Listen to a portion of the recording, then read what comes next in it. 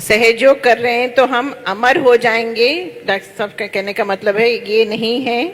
और हम सहयोग में हैं तो हमें बीमारी अगर आती है तो हम कुछ गलत हैं। दो भावनाएं हैं सहयोग में, मतलब अगर किसी को कोई बीमारी आती है तो दूसरे से शेयर करने में भी शर्माते हैं कि वो कहेंगे कि हम अच्छे सहयोगी नहीं हैं, ये ध्यान नहीं करते हैं। तो ऐसा नहीं है। सहयोग हमारी आत्मा के उत्थान के लिए है। हमारी फिजिकल बॉडी और हमारी स्पिरिचुअल बॉडी अलग हैं। और शरीर है तो उस जैसे आपकी मोटर है, मोटर में तेल पानी कम होता है, उसको सर्विसिंग करनी ही पड़ती है। इसीलिए अगर फिजिकल बॉडी में कुछ इम्बैलेंस आता है, कुछ और एज रिलेटेड, जैसे आपकी मोतिया बिंदु है, आंख में कैटरैक्ट होना, ये होता ही है। अब हम आज सहयोग में आए हैं, पर पहले से हमें समझिए ओबेसिटी है, मोटे हैं, तो उसमें हो सकता है गॉल ब्लैडर में स्टोन आ जाए, उस वजह से हो सकता है हार्ट के इश्यू हो जाए, कोई भी कारणवश कोई इश्यू है।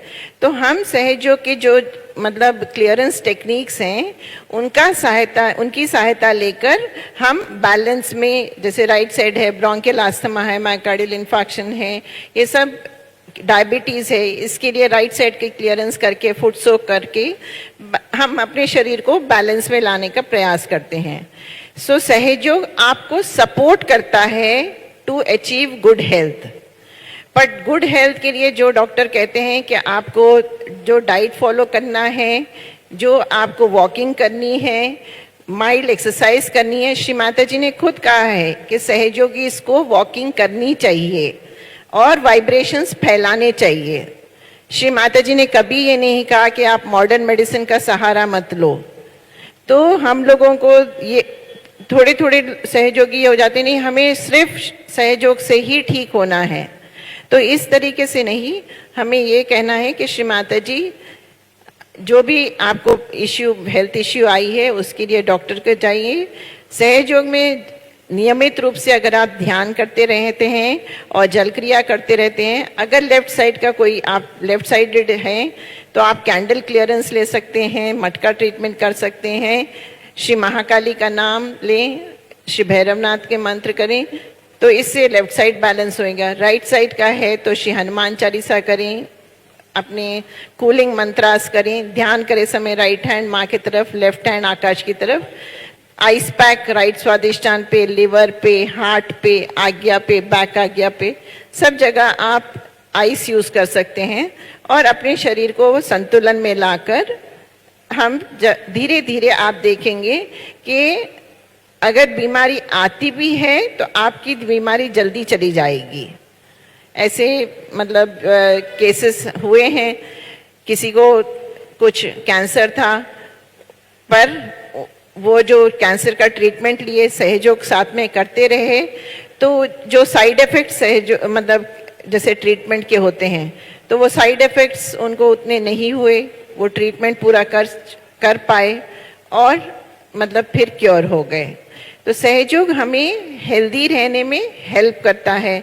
और साइकोसोमैटिक डिजीजेस में, मतलब जिसमें माइंड का इश्यू है, हम विचार जैसे होते हैं वो रोक नहीं सकते हैं, पर जैसे ही कुंडली माँ आज्ञा को भेदन करती है, आपके विचार थम जाते हैं, आप रिलैक्स हो जाते हो। और जैसे रिलैक्स होते हैं तो फिर आपके जो हार्मोनल इम्बैलेंसेस होते हैं बॉडी में, वो इम्बैलेंसेस करेक्ट हो जाते हैं। और आप मतलब जैसे ऑटोनॉमिक नर्वस सिस्टम है, उसमें पैरासिम्पैथेटिक का रोल आ जाता है, आपका ब्लड प्रेशर कम होता है, आपका हार्ट रेट कम होता है, आपका रेस्पिरेटरी रेट कम होता है, आपकी हार्ट रेट वेरिएबिलिटी में आपको बेटर हो जाता है, आपके ब्रेन के चेंज मतलब जो वेव्स हैं उसमें रिलैक्सेशन वेव्स आ जाते हैं। तो ये सारे रिसर्च्ड हैं, ये सारे, और अभी भी कंटिन्यूस रिसर्च हम लोग एज डॉक्टर्स, एज साइंटिस्ट, मतलब काफ़ी स्टूडेंट्स भी कर रहे हैं, पीएचडी के लिए कर रहे हैं सहयोगा पर रिसर्च, और ये प्रमाणित हो रहा है कि हाँ हो चुका है और हो रहा है कि टू रिमेन हेल्दी सहयोगा इज बेनिफिशियल। तो नियमित रूप से ध्यान करते रहें, जल क्रिया करते रहें और जो डॉक्टर एडवाइस कर रहे हैं साथ में वो मेडिसिन हो और लाइफस्टाइल मॉडिफिकेशन है वो ज़रूर करें। उनका सवाल वो कर रहे हैं कि सब लोग डायग्नोस नहीं कर पाते, वो आप बिल्कुल सही कह रहे हैं। देखिए, इंडिविजुअल को चक्र पता लगना वो बहुत जल्दी आ जाता है सहयोग में। आप सहज के कार्य में लिप्त होइए, थोड़ा सा मेडिटेशन करिए, फुट सोकिंग करिए, वाइब्रेटेड जगहों पे जाइए, सेमिनार्स में जाइए, आपको ये पता लगे। लेकिन जो आप कह रहे हैं कि दूसरा सहयोगी आपको डायग्नोस नहीं कर पा रहा है, तो वो आता है जब आपको कलेक्टिव कॉन्शियसनेस आती है। कलेक्टिव कॉन्शियसनेस आसान चीज़ नहीं है। कलेक्टिव कॉन्शियसनेस के लिए एक तो आपका विश्वास, डेडिकेशन, प्रोसेस सहयोगा का, और उसकी तरफ जो आपका मीन्स रुझान है वो बहुत ज़्यादा होना चाहिए। दूसरा, कलेक्टिव कॉन्शियसनेस श्री माता जी देती हैं, आप इसको बहुत मेहनत से अर्जित नहीं कर पाते, और उन्हीं को देती हैं जिनसे उनको ये कार्य करवाना होता है। हमने ऐसा भी देखा है कि जब ये हेल्थ सेंटर में रही हैं और फादर टोटल मिला के 18 साल, 6 साल फादर, 5-6 साल, 12-13 साल ये, तो ऐसे भी लोग आते थे जो डॉक्टर्स थे, उनको कुछ भी सहयोग का पता नहीं, बस लेके आए, हमारी इच्छा है जी काम करना है। आप क्या करते हैं? मैं आयुर्वेदिक डॉक्टर हूँ और मैं अपनी दवाई देता हूँ, सहयोग का ज़्यादा कुछ नहीं पता। लेकिन आप फिर कैसे करेंगे? लेकिन नहीं, मेरी इच्छा है, मेरे को ऐसा करना है। और कुछ ही दिनों में वो इतने प्रवीण हो जाते हैं कि आपके पीछे बैठेंगे और बता देंगे क्या है क्या नहीं। तो वो कैसे प्रवीण हो गए? सहयोग को बहुत दिनों से कर रहे हैं, बॉर्न रियलाइज्ड होते हैं, बचपन से करते हैं घर में। प्रवीण इसलिए हो गए कि श्री माता जी ने उनको ये दे दिया क्योंकि ये काम करना है। तो ये आपको कलेक्टिव कॉन्शियसनेस में प्रवीण बनाएगी माता जी।